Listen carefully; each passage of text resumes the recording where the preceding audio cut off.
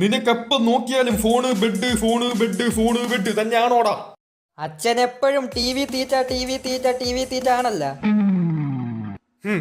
എനിക്ക് നിന്നെ പോലെ നാളെ എക്സാം ഒന്നുമില്ലല്ലോ. നീ നല്ല മാർക്ക് വാങ്ങിയിട്ട് ഇവിടെ കേറിയാ മതി. ഞാൻ പഠിക്കാം, അച്ഛൻ പോ.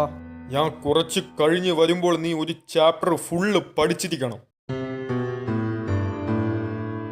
ഒരു ചാപ്റ്ററൊക്കെ എങ്ങനെ പഠിക്കാനാ? ഒരു വരി തന്നെ പഠിക്കുന്നത് ഒരു മാസം എടുത്താണ്, അപ്പോഴാണ് ഒരു ചാപ്റ്റർ.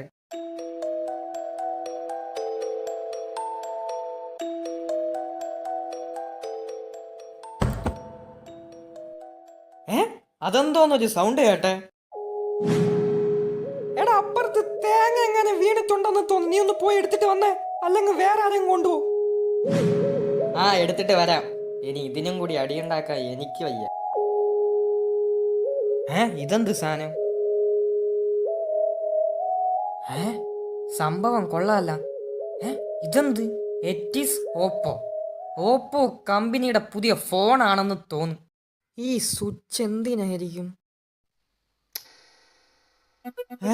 അതെവിടെ പോയി? ഇതെന്ത് മറിമായും? ലോലു മോനെ, ഒന്നിങ്ങോട്ട് വന്നേ. എന്താ അപ്പൂപ്പ, പറ. ഞാനാണെങ്കിൽ കുറച്ച് ബിസിയാണ്. നിനക്ക് പട്ടിയുടെ കടി കിട്ടിയിട്ടുണ്ടോ? ഇല്ല. എന്നാ ഞാൻ എന്റെ പട്ടിയെ തുറന്നു വിടട്ടാ. രണ്ട് കടിയൊക്കെ നീ അങ്ങ് വാങ്ങ്. വട്ടായ. നേരത്തെ എന്താ സംഭവിച്ച്? ആ സ്വിച്ച് ഞെക്കിയപ്പോൾ അത് കാണാനില്ല. അതെനിക്ക് തോന്നിയതായിരിക്കുമോ?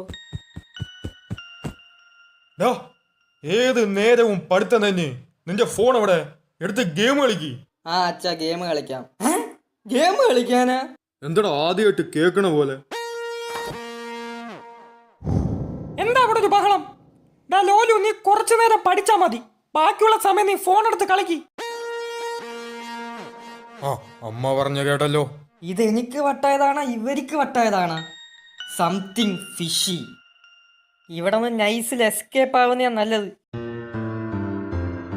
എന്താടാ പരിപാടി? ഒന്നുമില്ല സാറേ, ഒന്ന് കറങ്ങാൻ ഇറങ്ങിയതാ. ഇത് ഞാൻ കേസാക്കും. അതെന്തിന് സാർ? നിനക്കറിഞ്ഞൂടെ ബൈക്കില് മിനിമം 5 ആളെങ്കിലും വേണമെന്ന്?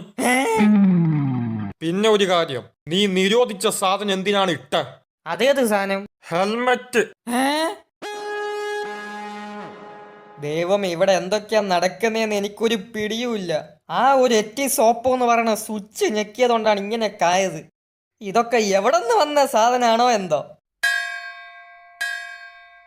ദൈവമേ, ഇതൊന്ന് മാറ്റിത്തരണേ.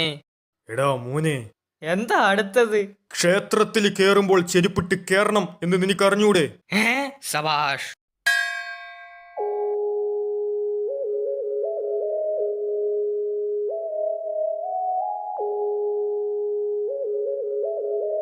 ഇനി ഞാൻ എന്ത് ചെയ്യും? ഇതിനൊരു സൊല്യൂഷൻ ഇല്ലേ?